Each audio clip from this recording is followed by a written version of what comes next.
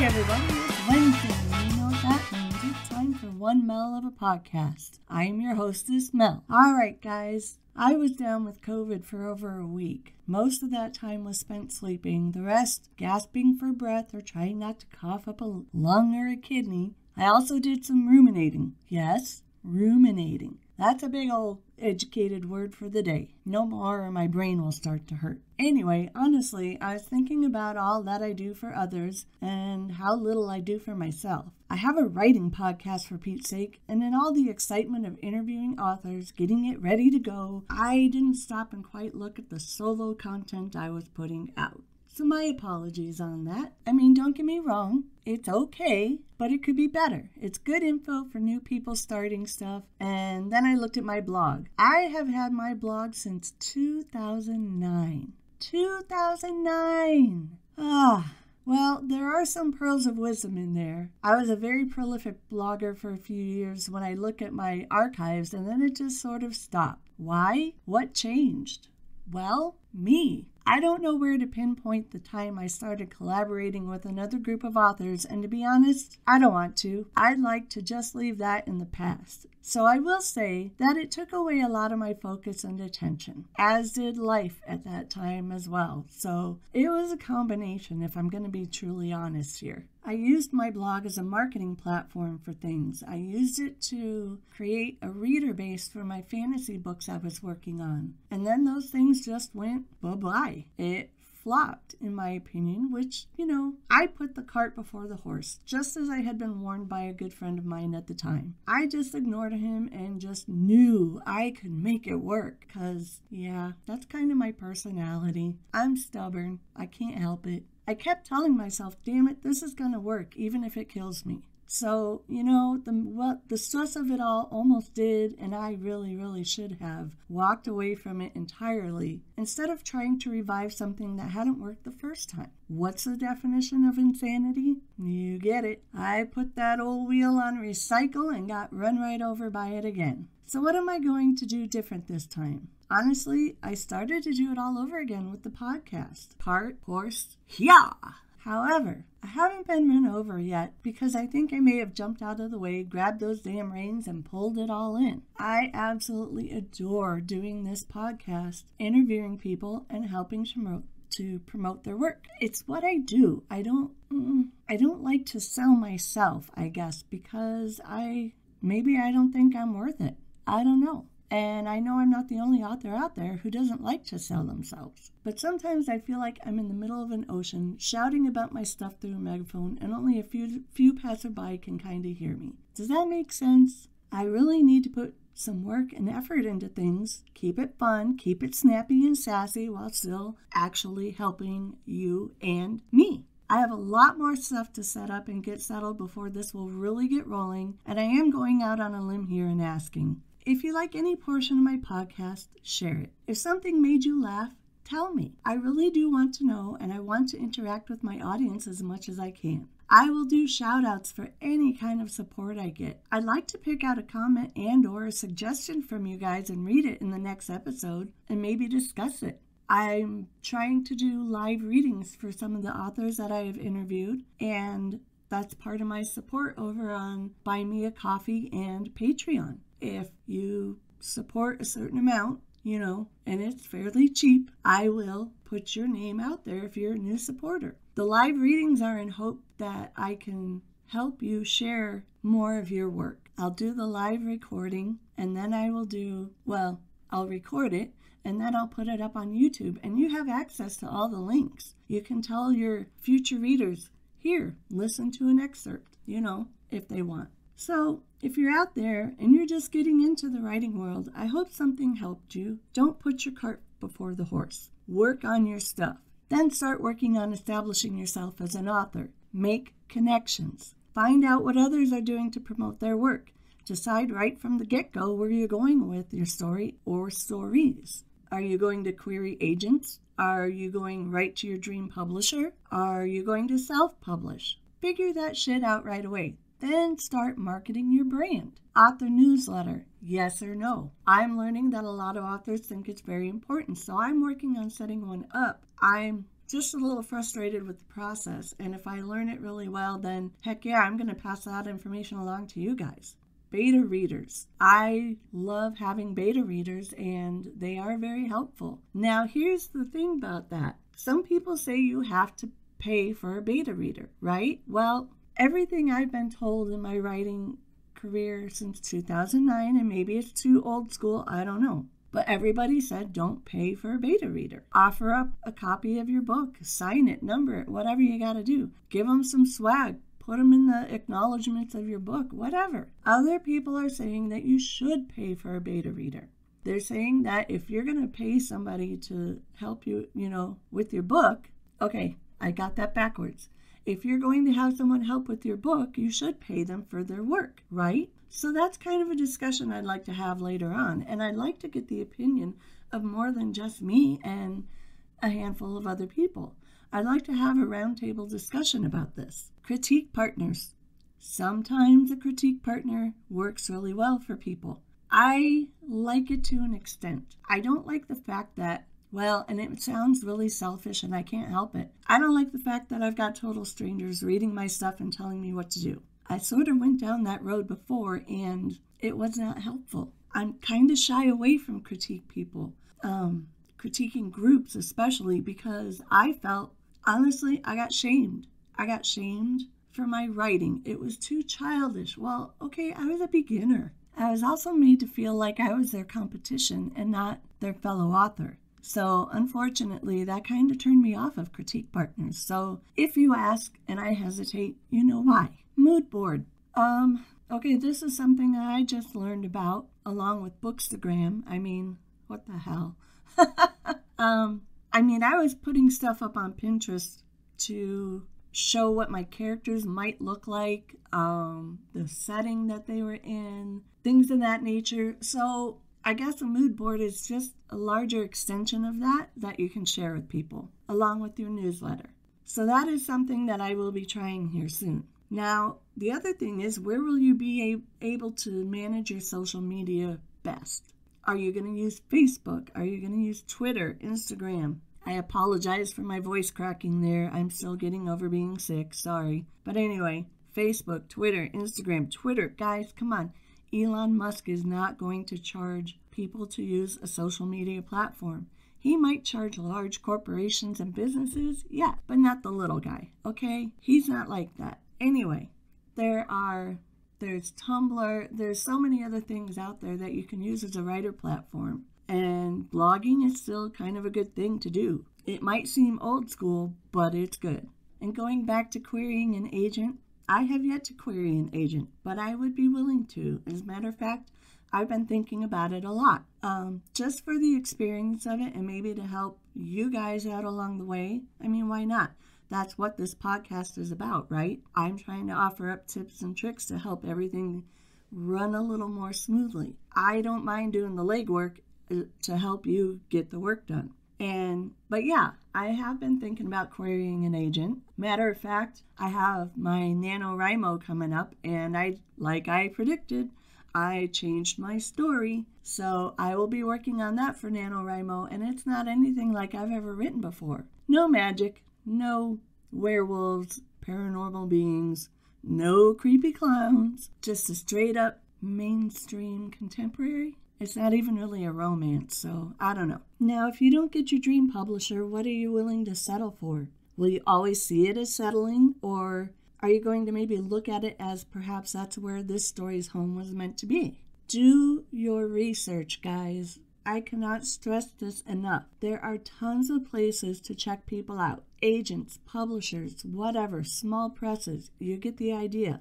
AbsoluteWrite.com has a whole list of writer beware. And then, of course, there's writer beware. I mean, it tells you who to look out for. Just recently, there was a literary agent on Twitter who was saying that she was brand new, yada, yada, yada. Well, she didn't want you to ask questions if she represented you. She wanted you to have faith that she knew what she was doing, that she was an intelligent person and knew what the hell she was doing. I have faith, but when you state it like that, I don't. You should be allowed to ask questions of your agent, your editor, anybody. You are absolutely have the right and should be in control of your work as much as possible, okay? Don't let anybody tell you, don't worry about it, kid. We'll get it out there for you. No, that doesn't work. Most important, Google it. I can share links all day long, but damn it, Google it. Google it, Google it, Google it, Google it. Now, I've been looking at newsletters and what to put in them. You can make them monthly, bi-monthly. They're an email newsletter. A lot of people will put in HTML, which means you're dropping in an image with all kinds of links and information. Great. But some people just like plain text. They just want to jump right to the article and read. They don't want all the flowery bullshit. Sorry, but, to each their own. They're allowed to like what they like. So, again, monthly or bi-monthly. You can invite book reviewers. Get an advanced reader copy team, an ARC team basically, and they get an advanced reading copy of your book, and it'd be good if you would sign and number it and maybe offer up a little swag with it, because they are going to help you launch that book, because they may become your launch team as well. If you get reviews for your book, only put in a couple. Don't overwhelm everybody with a ton of praise. They just need to see some really good ones, and that'll probably be all it takes to get them over to your site. Not only that, if they want to read all the reviews on Amazon or whatever, then that's where they will go. You can show off your book cover, give the release date and links and everything of where it's going to be. Give them an opportunity to vote on a book cover even. That would be kind of cool, because it's hard to pick one, right? Offer up different reading formats. There are lots of them. There's Amazon, there's Smashwords, there's Lulu, there's the Nook book, ebooks over on Barnes & Noble. If I remember correctly, if you go on to Smashwords, it will automatically put your book up in Amazon and Barnes & Noble, and pretty much there's like 2-3 other places. Not only that, if you have an ebook, you can generate a coupon on Smashwords that you can either give it away for free for a little while, or you can offer up that book coupon if you do a giveaway, which is really kind of cool, because then you can just generate what you need as you need it. You can offer up half price if you want to. It's kind of a cool platform, and I honestly don't know why it's not used more, Going back to the newsletter, you want to share some personal news, but again, you don't want to overwhelm them with your life. Come on, just, hey, this is where I'm at on book, blah, blah, blah. Hey, this is what I'm doing. I actually took a vacation this week, and it was very inspirational. Some stuff like that. If you're expecting a baby, hey, great, share it. Readers kind of like to know that sort of thing. You can offer up book recommendations of other books. It doesn't have to be just your book. We're in it to support each other, okay? So there's no harm in recommending somebody else's book. Share updates, like NaNoWriMo is coming up, and are you going to participate? What's your story going to be about? Share updates on your books and on, hey, a podcast. Answer reader questions. This is a good thing to do. Have people ask questions. Put a form into your newsletter on how to do that, and when I find out, I'll help you if I have to. No big, but I'm learning. And if anybody has any tips out there, please swing them by me. I'd love that. But anyway, you can embed a form in there for readers to ask a question, and then you can answer it in the next newsletter. If you have if you have more than one book, I'm getting a little tongue-tied, sorry. If you have more than one book, offer up a box set. Do a Q&A. Give up exclusive short stories or character info, or hey, maybe you had chapters that you cut from your book, put them in the newsletter.